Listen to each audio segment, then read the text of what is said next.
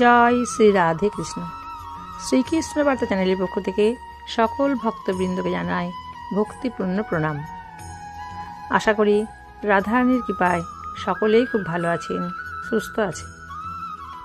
আজ আমাদের আলোচনার বিষয় জ্যৈষ্ঠ মাসের কৃষ্ণপক্ষের একাদশী ব্রত কথা। জ্যৈষ্ঠ মাসের কৃষ্ণপক্ষের একাদশী ব্রতের নাম কি? এই একাদশী ব্রত কবে পালন করতে হবে? সংকল্প কবে, কখন, কিভাবে করতে হবে? একাদশী ব্রতের দিন কোন কোন কাজ করা উচিত এবং কোন কোন কাজ করা অনুচিত? একাদশী ব্রতের দিন কি কি খাবার খেতে হবে এবং কি কি খাবার বর্জন করতে হবে? পারণ কবে, কখন, কিভাবে করতে হবে? এই সব বিষয় নিয়ে আজকের ভিডিওতে আলোচনা করা হবে। আপনারা সকলেই আমার পাশে থাকবেন এবং প্রথম থেকে শেষ পর্যন্ত ভিডিওটি দেখবেন। যদি ভালো লাগে তবে একটা লাইক, একটা শেয়ার এবং একটা কমেন্ট অবশ্যই করবেন। আর আপনি যদি এই চ্যানেলের নতুন দর্শক হন তাহলে অবশ্যই চ্যানেলটিকে সাবস্ক্রাইব করে পাশে থাকা ঘন্টাটি বাজিয়ে দেবেন, যাতে পরবর্তী কোনো ভিডিও পোস্ট করলে সবার আগে আপনার কাছে নোটিফিকেশান পৌঁছে যায়। শুরু করছি আজকের আলোচনা। জ্যৈষ্ঠ মাসে কৃষ্ণপক্ষের একাদশী ব্রতের নাম অপরা একাদশী ব্রত। 2025 সালের 23শে মে, বাংলা 8ই জ্যৈষ্ঠ 1432 সন শুক্রবার অপরা একাদশী ব্রত পালন করতে হবে। কারণ 22শে মে অর্থাৎ বাংলা 7ই জ্যৈষ্ঠ বৃহস্পতিবার রাত্রি 8:35 দশমী তিথি ছাড়ছে, আর 23শে মে বাংলা 8ই জ্যৈষ্ঠ শুক্রবার 6:24 একাদশী তিথি ছাড়ছে। অর্থাৎ 7ই জ্যৈষ্ঠ বৃহস্পতিবার রাত্রি 8:35 থেকে 8ই জ্যৈষ্ঠ শুক্রবার সন্ধ্যা 6:24 পর্যন্ত একাদশী তিথি থাকছে। তাই উদয় তিথি অনুসারে 2025 সালের 23শে মে বাংলা 8ই জ্যৈষ্ঠ শুক্রবার অপরা একাদশী ব্রত পালন করতে হবে। গোস্বামী ও নিম্বার্ক সম্প্রদায় মতের অনুগামী ভক্তবৃন্দ 23শে মে একাদশী ব্রত পালন করবেন, আর পালন করবেন 2025 সালের 24শে মে বাংলা 9ই জ্যৈষ্ঠ শনিবার পূর্বাহ্ন 9:22 মধ্যে। পারণ মন্ত্রটি হচ্ছে সংসার ক্লেশ দগ্ধস্য ব্রত নানেন কেশবঃ প্রসিদ্ধ সুমুখনাথ জ্ঞান দৃষ্টি প্রদ ভাব। এখন আলোচনা করব একাদশী ব্রতের আগের দিন কি কি কাজ করবেন। একাদশী ব্রতের আগের দিন নিরামিষ আহার গ্রহণ করবেন। সন্ধ্যের সময় শ্রীহরির কাছে সংকল্প করবেন। সংকল্প মন্ত্রটি হচ্ছে একাদশাং নিরাহারঃ স্থিত্বা অহম অপরে হহনি ভক্ষামি পুণ্ডরিকাক্ষা শরণাং মে ভাবাচ্যুত।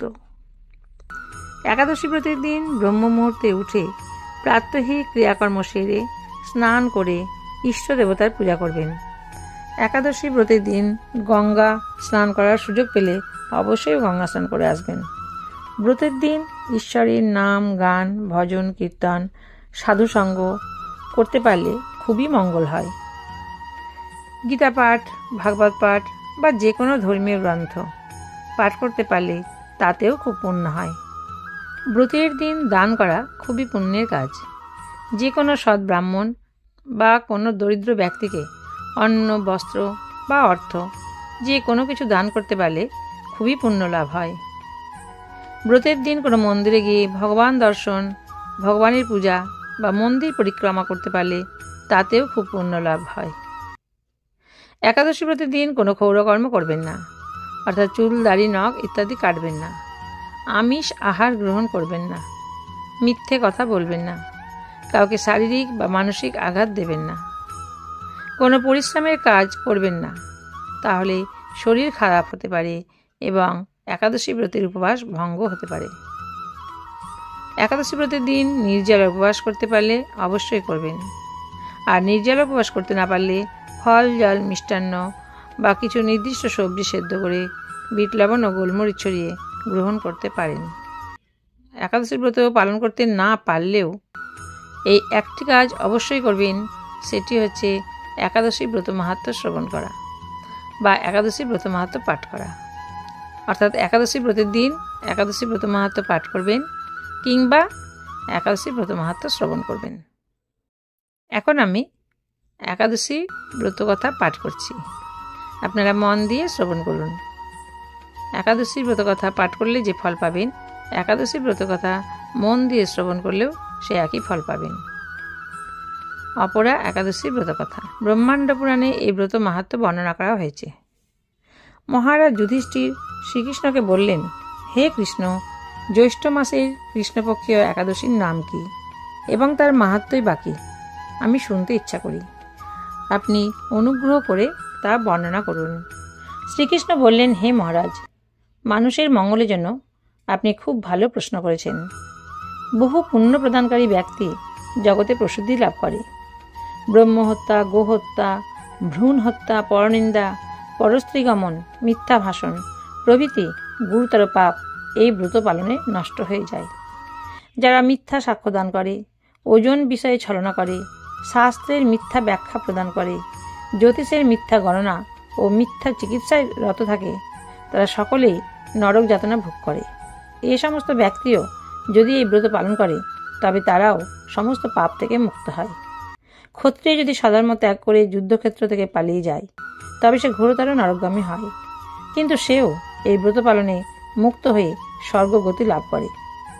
মকর রাশিতে সূর্য অবস্থানকালে মাঘ মাসে প্রয়াগ স্থানে যে ফল লাভ হয়, শিবরাত্রিতে কাশীধামে উপবাস করলে যে পুণ্য হয়, গয়াধামে বিষ্ণু পাদপদ্মে পিণ্ডদানে যে ফল পাওয়া যায়, সিংহ রাশিতে বৃহস্পতির অবস্থানে গৌতমী নদীতে স্নানে, কুম্ভে কেদারনাথ দর্শনে, বদরিকাশ্রম যাত্রায় ও বদ্রীনারায়ণ সেবায়, সূর্যগ্রহণে কুরুক্ষেত্রে স্নানে, হাতি ঘোড়া স্বর্ণদানে এবং দক্ষিণাসহ যজ্ঞ সম্পাদনে যে ফল লাভ হয়ে থাকে, এই অপরা একাদশী ব্রত পালন করলেও সে একই ফল লাভ হয়ে থাকে।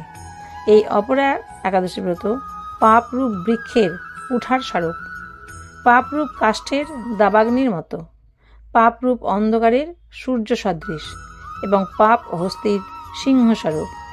এই ব্রত পালন না করে যে ব্যক্তি জীবন ধারণ করে, জলে বুদবুদের মতোই তাদের জন্ম মৃত্যুই কেবল সার হয়।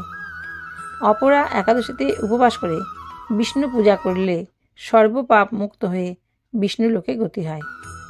এই ব্রতকথা পাঠ ও শ্রবণ করলে সহস্র গোদানের ফল লাভ হয়। এতক্ষণ আমি অপরা একাদশী ব্রত মাহাত্ম্য সম্বন্ধে আলোচনা করলাম। এই ভিডিওটি যদি আপনাদের ভালো লাগে তাহলে অবশ্যই একটি সাবস্ক্রাইব করে দেবেন। আপনারা সবাই ভালো থাকবেন, সুস্থ থাকবেন। রাধে রাধে।